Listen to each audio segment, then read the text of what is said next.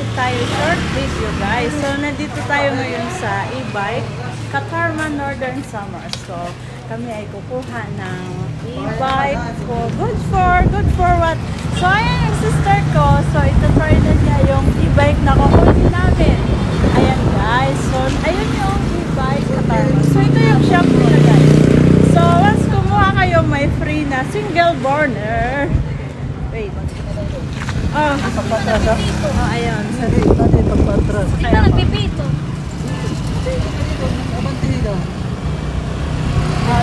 Okay, ayun. Nagtutry na yung kapatid ko.